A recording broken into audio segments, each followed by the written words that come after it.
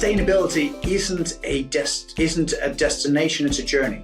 So it isn't a snapshot and said this is what it'll look like. It's a series of values and a series of it's a direction of travel. And you'll never actually get there. So it's impossible to get there. But you need to keep on reevaluating, reassessing as life goes on, as time goes on. So it's important to take, again, we go back to the pauses. It's to take the time intermittently, periodically, just say, okay, stop. Now, where are we? Reassess, regroup. What are we doing right? What are we doing wrong? This is our North Star. Are we still going towards it?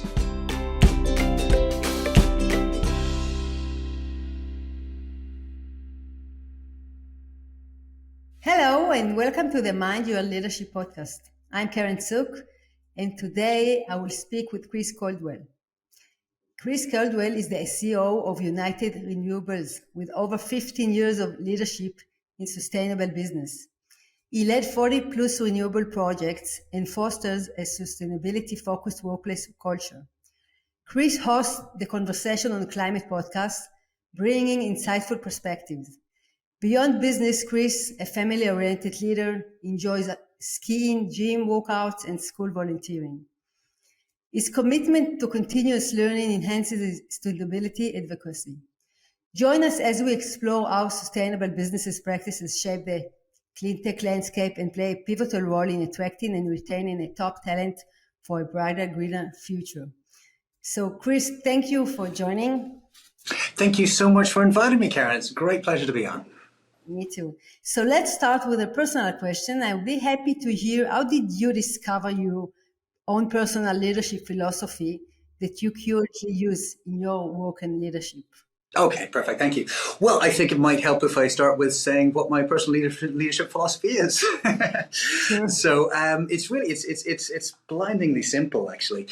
What I believe is that for work to be fulfilling or even just barely sustainable, it has to fit with your own values in the long run. We can all suck up a lot of stuff in the short term, but in the long run, it needs to have some sort of resonance with your own purpose.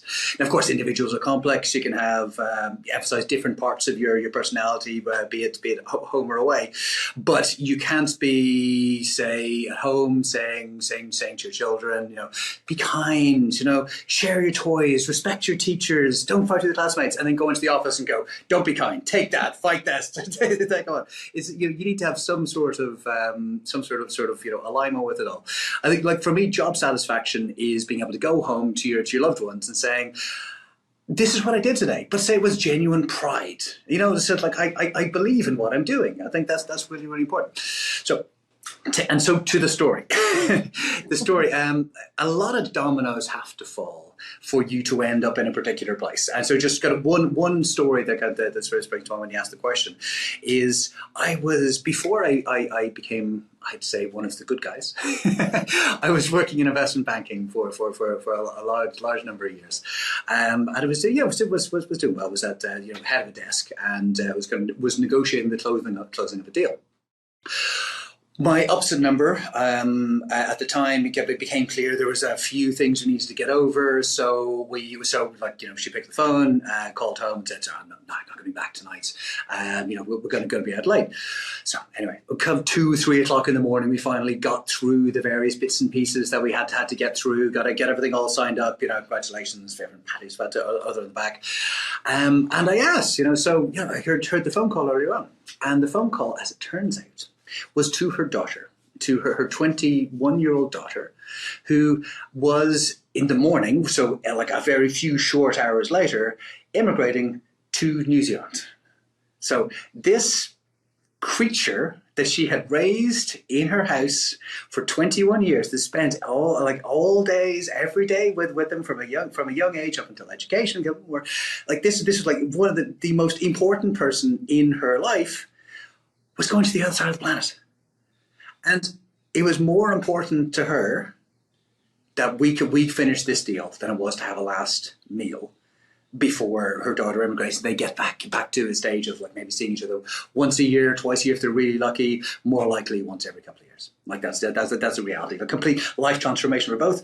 And the priority, her taking that as a priority over her taking this as a priority, I mean, like finishing this deal as a priority over spending the time with the daughter, was a real kind of wake-up call to me. So, my goodness, is that really where life is? Is there not more to life than this?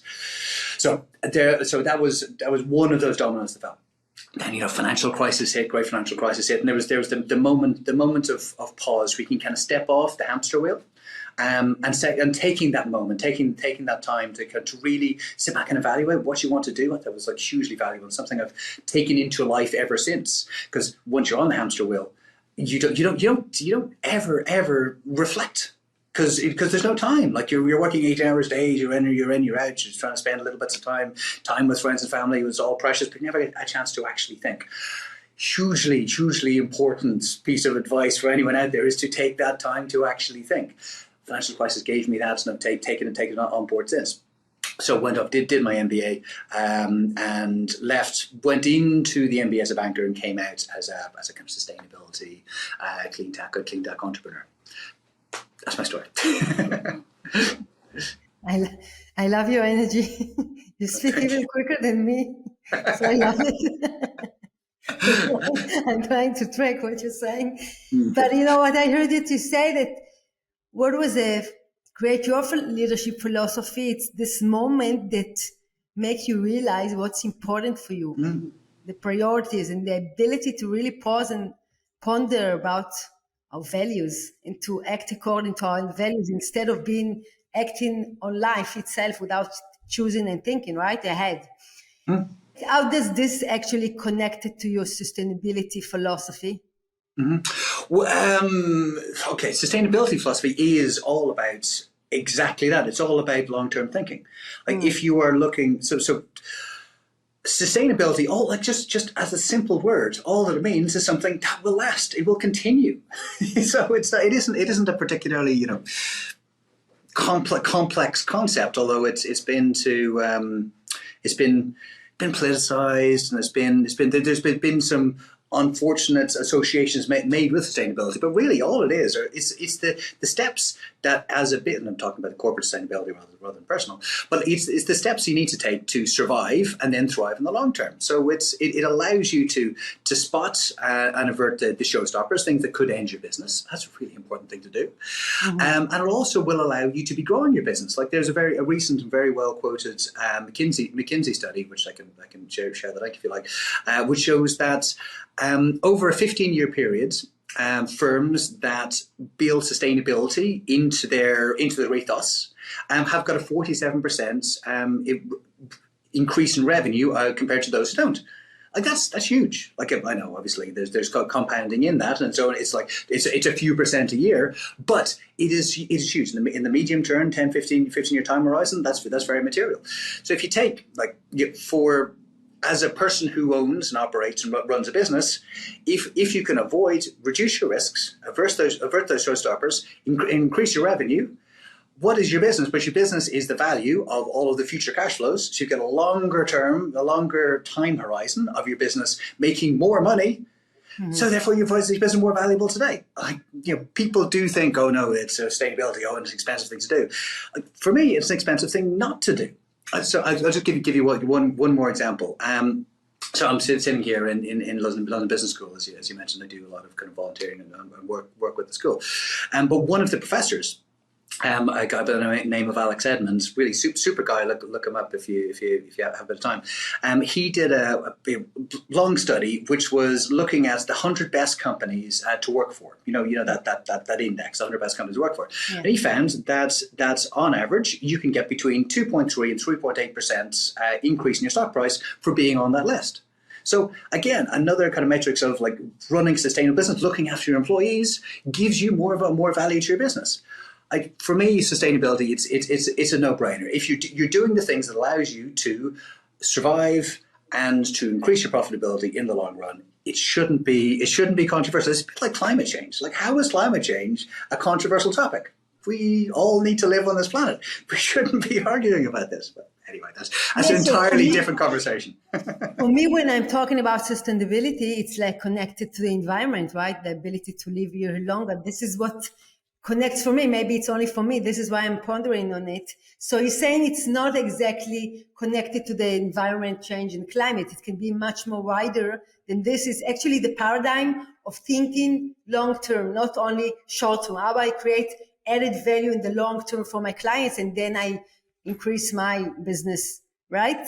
Absolutely. It is not just about like that. That is one of the biggest single misconceptions about sustainability is that it's all about climate. It's all about, and it's not even all about climate. It's all about one molecule, which is carbon. It's not. It's about anything that can stop your business. If you have a look at say one of the common ways of looking at sustainability is through the either Sustainable Development Goals from the United Nations, put together the SDGs, or even just the concept of ESG. It does environmental, societal, and government's matrix. Now, there's only one of that is anything to do with environments. Like if you have a look at then governance, like that is like making sure you have the right systems and procedures to make sure that your CEO doesn't just grab the money, put it in a sack and run off and run for the hills. Nothing to do with environmental stuff at all. It's about trying to make sure that you look after your stakeholders. You try and look after your employees. You try and look after your regulators. You try and look after like anyone who touches your business. And if you can look after your stakeholders, so your stakeholders might be like your employees, your investors, suppliers, regulators, but even the neighborhood that you're in. Like these are all your stakeholders. And if you make all of those guys happy or girls happy, they'll be sticking with you. You know, they'll be cutting you more slack. They might be prepared to be, paying a premium for your products. Like if they align with what you're doing, they're more likely to support you in whatever way that stacks up. So you're right. It's not just about climate. It's about looking after everybody, and that is also looking after your investors, looking after your suppliers, looking after regulators. Much broader than just the simple. So it's kind of connecting to the 3P paradigm: people, planet, profit, or win-win-win. It's kind of this kind of a paradigm. It is. What's the difference? It's the same. No, it's different definitions, but it all has the same kind of spirits to it, which is kind of look after your environment, look after your planet, look after your people, and we'll all be in a better place. And it's pretty hard to argue with that. I'm not, there's fine differences between them, but the overall philosophy is very, very similar. So, with your extensive experience in sustainable business leadership, how have you seen the integration of sustainable practice impact employees' attraction and retention within United Renewables with your company? Can you share any specific examples or success stories that you were able to implement in your own company? Sure. Okay, so this is about employees. Okay. First point to make is that it's something like, I can't remember the exact stuff, but it's something like 80% of businesses are currently complaining that there's like in the kind of the global north, kind of the developed world, are saying that they're struggling to attract and retain work. You know, it's a big issue. We've essentially hit full employment in the Northern Hemisphere, and the bad news is that with demographics, this is going to get even tougher. So like by 2030, we're due to have an 85 million skilled worker shortage. Well, that is a big gap for ChatGPT to fill. I don't think it's going to get there. And 2/3. But they're saying that the job will change, no? So I'm not sure we need the same people to be in the same jobs. No? Yeah, we want the same people to do the same jobs.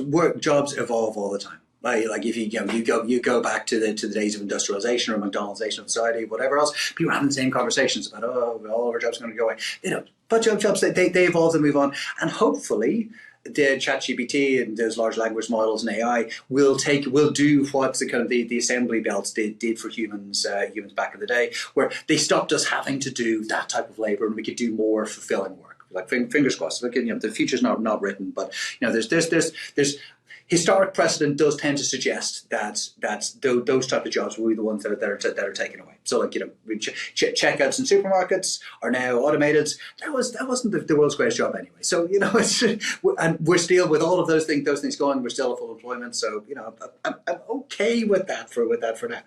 But once we hit that 2030 mark of the 85 million skilled worker shortage, like 2/3 of those guys and girls in the workforce are going to be millennials or Gen Zs.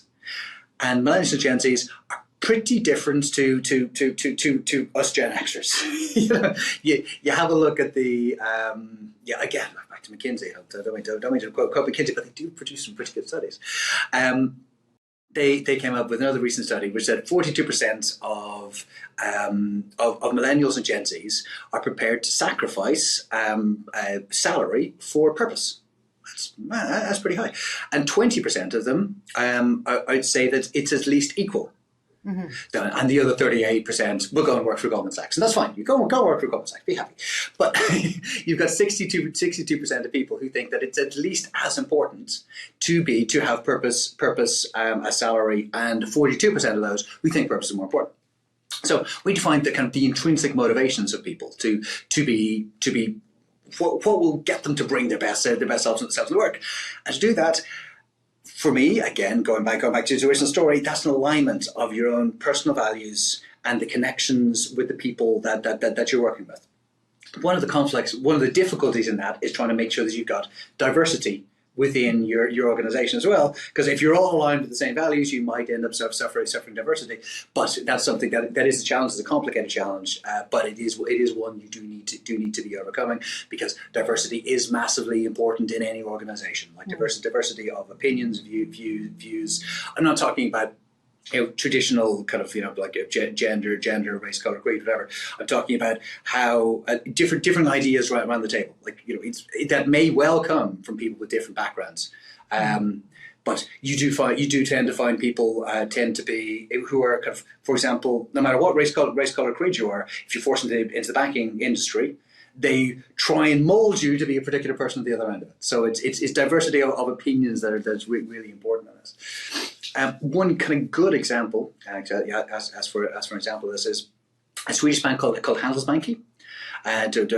You've probably come across them, but they've taken a really, to me, brilliant approach to sustainability, to long-term planning. Because yes, they are a bank, but as opposed to taking the name check to Goldman Sachs again, the Goldman Sachs approach of the kind of quarterly reporting, quarterly bonuses, and pushing in that type of pressures on short-term performance, what they've said is we'll pay you normal salary, and we'll pay you a bonus, but the bonus isn't payable until retirement. So they said, so you are messing this nest egg the whole way through. And you need to be sitting in the bank the whole way through. But what that does is it is really incentivize the long-term interests. So it aligns the long-term interests of the institution with the individual. So Handelsbanken has just breezed through financial crises after financial crises, because they don't have the same pressures that the quarterly reporting type of institutions do. It's really good. Could give you examples of how we've done these things within United Renewables, but we should. I'm conscious that we're running a little bit against time. Give me another example of your company that you implemented in your culture. Sure. Okay, so one of my on the recruitment side. And trying to recruit with in line with goals and in line with ideals, was. We had in the office. We had some people who were coming around. At the end of the day, they were cleaning. They were kind of taking out the bins and doing that type of thing. And it was pretty clear in the office that we have little wind turbines around the place, we have little solar panels, we have little models of all these things. I got talking to one of the guys who was doing the cleaning, and it became very clear very quickly that he loved this stuff. That he was really, really, really into this stuff, and also became very, very clear that he was very bright, and he was very motivated. And after a few conversations, just went, listen, clean the bins. It's a wonderful thing to do, but seriously, come work with us. It's like work with us. I think you'd be great. And he is as bright, talented, motivated a human being as you're ever going to come across. And he is really, he's our kind of big internal sustainability champion. So he's the guy we turned to when we wanted to get everything that we did within our organization, within the Sustainable Development Goals. He was the guy who said, listen, you are our champion of this. You go and you talk to everybody. You talk to the leader of each team, of each head. You talk to everybody the whole way through. You find out what's done. You then mark it off against your own understanding of SDGs. We'll then come back together. We'll put this book together, and we will make sure that our organization runs in line with this. it's a wonderful decision to be bringing him on. He's been a massive asset, and he's one of those things where you need to be creative, and you need to be taking in people from unexpected corners, and you need to be encouraging. You need to be giving ownership. Give them ownership, right? give them ownership. Yeah. And he is as aligned with our purpose as anybody, and he's being a key driver in bringing our purpose to other people as well. Like it's yeah. So amazing. It's parallel because you say you give them the option to look long-term for your employees to see where can they evolve, to see the bigger picture, to let them grow and evolve. And then they want to stay with you because they see their vision and they have the pathway together. So they're part of this bigger picture, and then they will go with you, because if you give them only to do the specific small job that you recruited mainly for them for this partly job, so maybe they won't stay because people are changing, right? People are evolving, people are learning new skills, they want to grow. So you actually in your culture create this path for them, you tailor them positions, you see their strengths and give them the opportunity to evolve there, right? Yeah, 100%. And just to dig in a little bit more, to try and get sustainability across and embedded throughout the whole organization, that is a hugely important point. It's about communication. You sit down and you talk to the key people within the organization. You find out what they want. You find out what they care about. So, like, if your first step is to figure out what your purpose is, and that should really be the first step of any organization trying to look to be purpose driven. What if you disappear? That's the question. Like, what problem do you solve? And you sit down with the team, and you try and figure that one out. And once you get that becomes a really clear source of strategic differentiation. Easy for me to say. Differentiation. You know what I mean? So many firms don't even get there. Don't even get that clarity of thought. It's not like, Coca-Cola who are saying we're here to create good times or whatever. It's like, no. Like, what is your purpose? I could give you cautionary tales of firms that go the wrong way, but or go the right way. But then once you figured out where you are, then you have a look, and then you do that type of analysis. Like, you benchmark, you look for the showstoppers. You focus on the couple of things that you then think will really add value. So it might be diversity again, as we say, and then another one might be carbon. And you focus really in on how to make your firm do that, be better with that. And then once you've understood what people want, you've all agreed these are your big goals, you then go into the details. You have to define them really, really carefully. Break it down. It isn't about making the big statements of going, we're going to decarbonize by 2030 and then just going to disappear off. Like, you need to figure out how you're going to do that. Measure it. See if it's realistic. Then set targets in the short term to try and get there. And then only then, once you've done all of these things, then do you communicate it. Because look, it's the worst mistake you can make is we're going to go, we'll go and do this big song and dance, and then nothing happens, or things might be happening but you're not communicating it because you haven't set the short term targets in there. It's big mistakes are made very often in that. That's the single biggest error that people do. They make big proclamations but don't actually have the plan to put it in place. So what I understand for you, first of all, the communication is a crucial element. Yeah. And if we're circling back to the beginning of the conversation, you say we first of all need to pause and to communicate about our values. Who are we as a company? What's important for us? And then looking forward, how we can take it to the details and create the new step, the small baby steps in order to get there. And once in a while, we need to pause and see if we're on the right path or we went away from the path, and then fine tune our way, right? Because otherwise I know companies, I work with companies, in one of my courses, we talked about their why and their value. And they say, we actually don't know anymore what is our why. Like, we came here 5-6 years ago and we're not connected to what's their inner motivation, what's our why, and it's really, they're disengaged. And I think it's a crucial element, as you said, right? What do you think? 100%. Yeah, 100%. And one just slight amendment to that, that sustainability isn't a destination, it's a journey. So it isn't a snapshot and said this is what it'll look like. It's a series of values and a series of it's a direction of travel. Like, and you'll never actually get there. Like, it's impossible to get there. But you need to keep on reevaluating, reassessing as life goes on, as time goes on. So it's important to take, again, we go back to the pauses. It's to take the time intermittently, like periodically, just say, okay, stop. Now, where are we? Reassess, regroup. What are we doing right? What are we doing wrong? This is our North Star.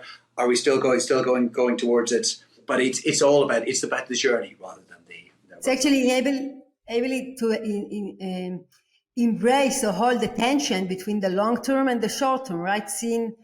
Finding the balance each and every time, right? What do you think about it? Yeah, very much so. And like there is going to be trade-offs in the short term. In the short term, it's always cheaper to not do something than it is to do something. But if you just think in the medium, the long run of this, and this is an investment. So it's like people don't kind of criticize investments made in R&D. People don't criticize investments made in innovations because it's building the long-term value of the business. This is a very similar concept. You're building the long-term value of the business. Do the investment now, and you'll reap the rewards in years to come. So you're actually inviting leaders and managers to see it as an investment. Okay, not throwing the money, but again, connecting it to the broader picture, the long vision, and understanding they are putting the money now and they will see it increases in the future. So they need to this is actually holding this tension, right, between the short term and the long term. Exactly. And I want to ask you, for organizations looking to embark on this sustainability journey, as you said, what advice do you have for getting started in a meaningful and impactful way?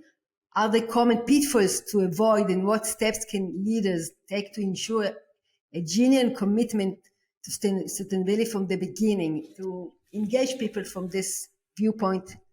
Yeah, fair enough. Yeah, so we talked a little bit about that as a kind of like finding your purpose and then kind of driving into this, but just in more kind of practical sense, practical advice. You need to be talking to your investors and your boards. So the arguments there to be made are just what we were talking about. So like it's expensive not to do this. Like you'll be losing profits. If you do this, you're reducing your risk. So the first thing you then need to be doing, try and get people to really be bought in the long run, is to get the short-term easy wins. So one of the easiest things you can possibly do on a sustainability point of view is to look at efficiencies. Look at your energy management, reduce your waste. Like every organization has got things that are being wasteful at something. If you reduce that, you reduce your costs, you increase your profits. That's a really nice and easy win. Just do that. Then if you're trying to get another worry that people have is we're too busy, don't have resource scarcity. We don't have the manpower to be able to do this, the person to be able to do this. Well, fines, like for example, the individual in the organization I mentioned earlier on, find a champion and give them some time. If you get somebody and say, listen, we think this is important to us, this is important to you.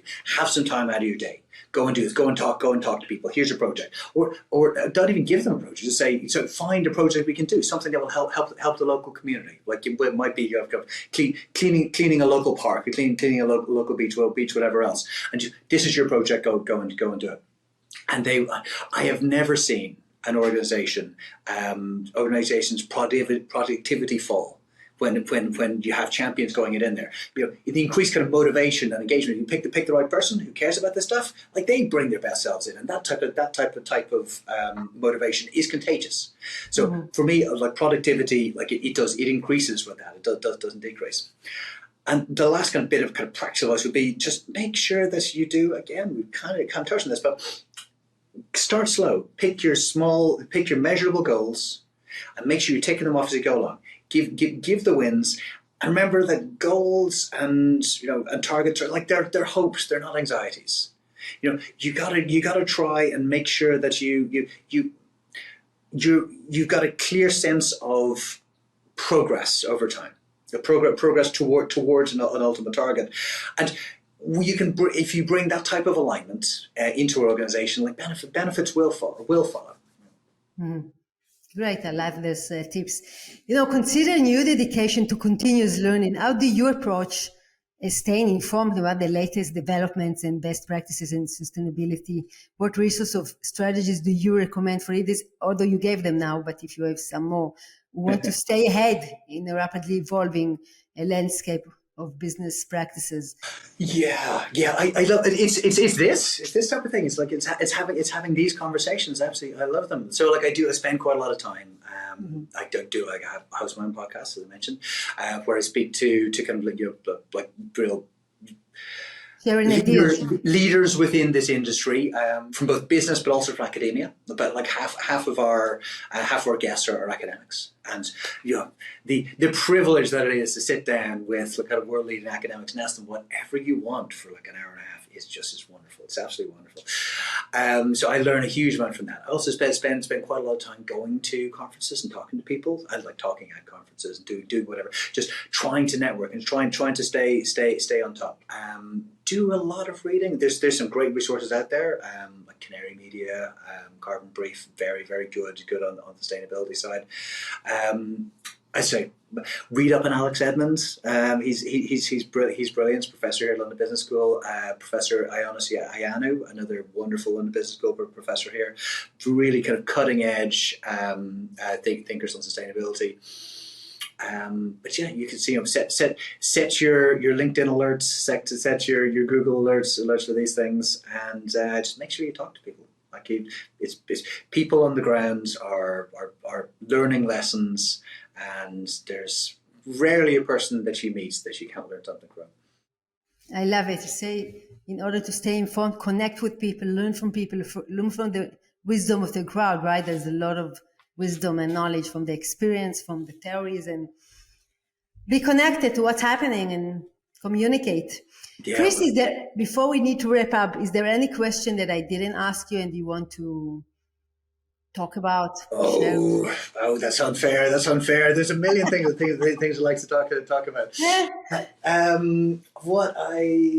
Let's say, why is it important to be caring about the climate, about the planet? I don't know.